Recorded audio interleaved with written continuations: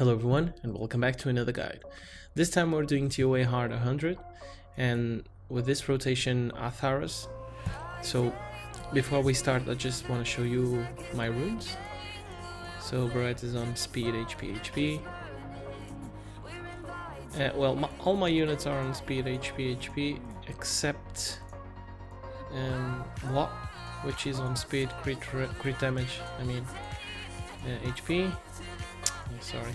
Word is on speed crit rate HP and Brienne is on speed HP. So I'll just start the run and I'll talk to you as soon as we start. So I'll just start the run and I'll explain my thought process for each wave and when we arrive at the boss. So let's begin.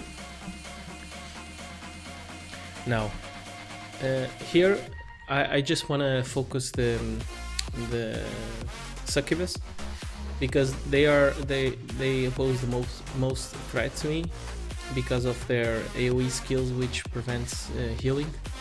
So the healing debuff is a bit annoying here, but that's why I bring Brienne also here, so if anything goes wrong I still have a backup revive. And after I focus the succubus, I move on to the wind sylphs. I can't remember the names, and this stage is pretty much winnable since when you defeat both of the succubus.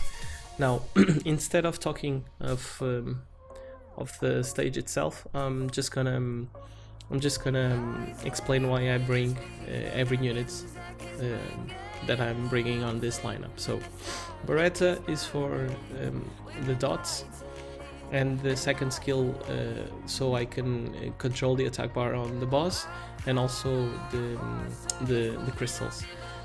Beretta also is on despair, so it's nice for crowd control in the waves, and that crowd control prevents me from dying. Now Bella, I could bring Shisun instead of Bella, but Bella has the armor break. So since no other unit from my team has armor break, you see here I'm about to die, but I really don't die because of the Bella heal. So I could bring Shisun, but Shisun doesn't have the armor break. Since no other unit that I bring has armor break, I need a healer with an armor break, and Bella is perfect for that job. Also Bella can strip these annoying buffs that the first wave have, which is a nice thing to have, not obligatory. Now Wa is my core unit, let's say it like this, because she's the one who's gonna be controlling the attack bar. Now I want my Wa not a damage dealer, but with a bit of HP, so she can survive a couple of hits.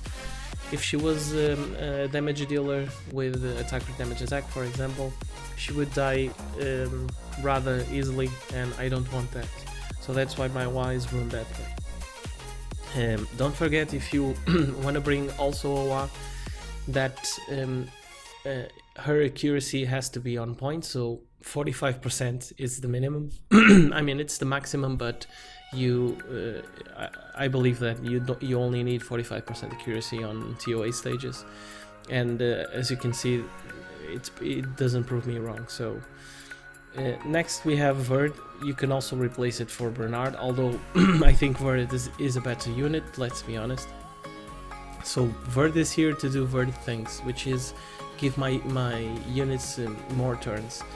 I'm gonna talk to you about a specific comp that I tried and that didn't work because it didn't have any attack bar booster. So Verd is a key piece also on this lineup. And Brienne because of three reasons. First, it's the revive, which provides a much safer run.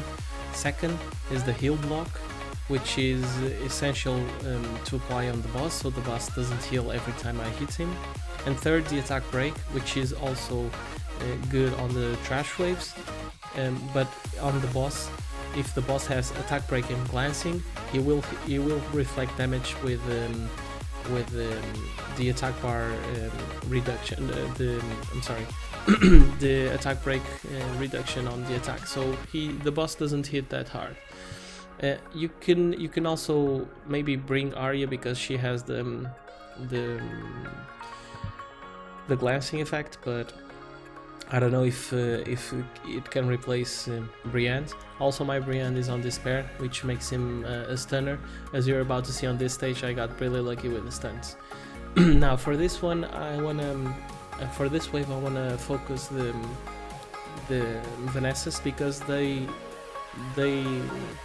apply the armor break on my Brienne, and that can be troublesome.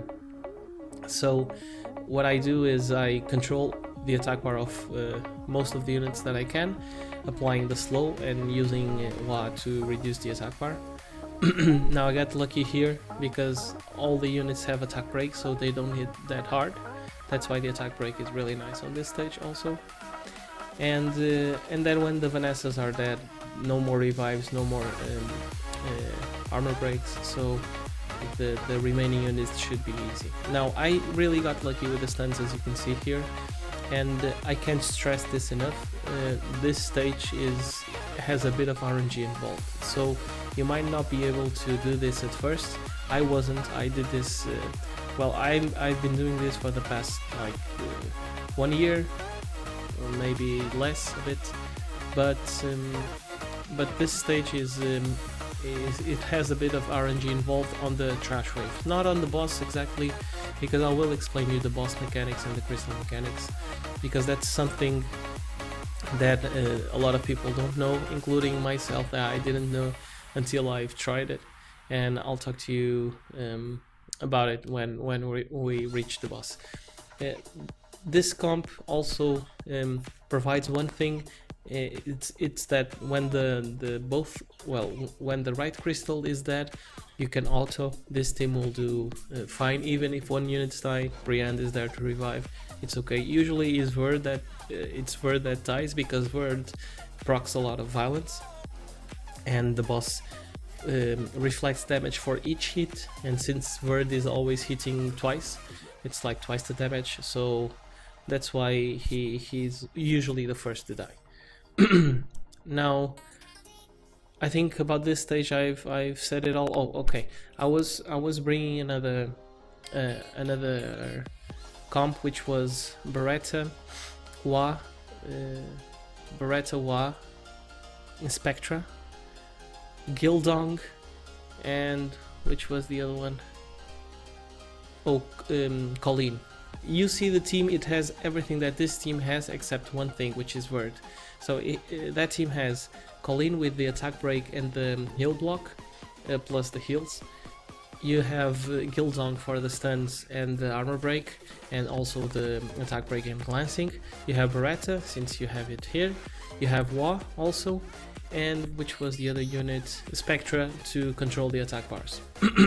Now that team failed because I didn't have enough speed, so I needed to include an attack bar booster there, and I didn't have space because I wanted to try that team because of the Spectra Gildong combo, but it didn't work. So I found out that this team works the best, and since we are at the boss, let's talk about it now. There's a couple of things that I want to explain. If you don't want to dot the right tower unless it's dot damage or slow, alright?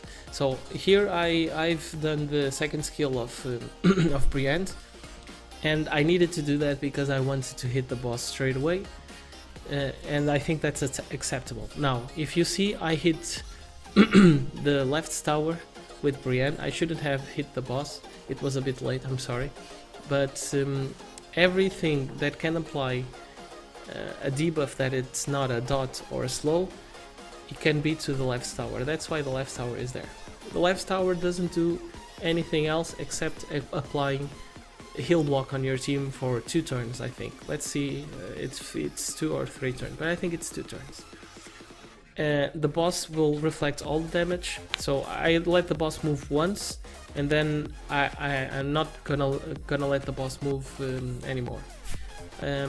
So the boss does reflect damage, does an AoE that applies armor break, and cleanse all the buffs if the boss moves. You can read it on the description, I don't need to talk to you much about it. Now, what is important is the right tower. The right tower increases the attack bar of the boss, but what most people don't know, it increases the attack bar of the boss by 75 to 80%. I don't know the exact percentage, but it's around 75 to 80%. You can manage this with Beretta, like I'm gonna do here. When the right tower is about to move, I reset the attack bar of the boss. So when the right tower moves, and I need to let her move because she needs to die with the dots, so I need to let her move twice.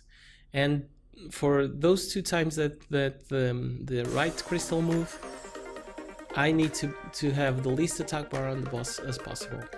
Okay, so I think for now I'm just trying to apply some dots and manage the attack bar of the boss. I'm gonna apply the attack break, so I can apply the armor break now with Bella, and I can now start doing some damage to the boss. Although I prefer at this stage not to hit it with Vert, only with the Beretta and Moa.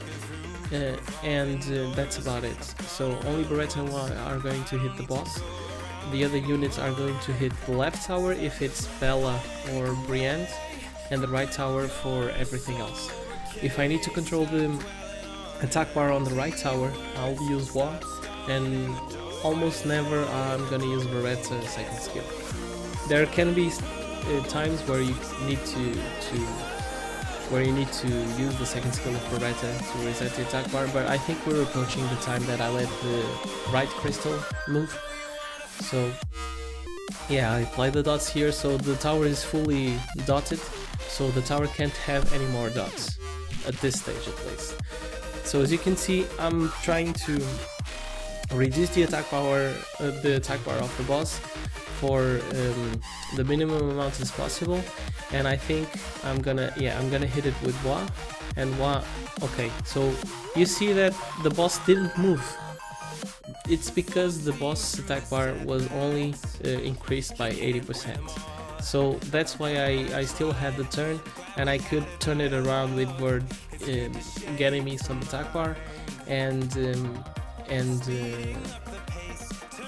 my team, allowing my team to move and then to control the boss with the Beretta second skill. Now I'm gonna fast forward here to the second time I let the crystal move, so I'll be right back.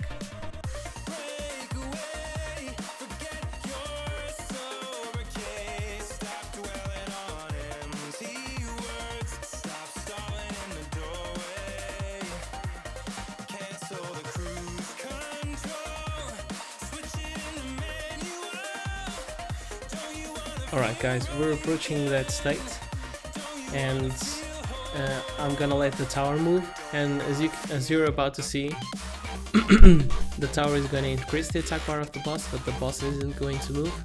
I had luck here with the Violent Proc because my WAD didn't reset the attack bar, but everything's fine.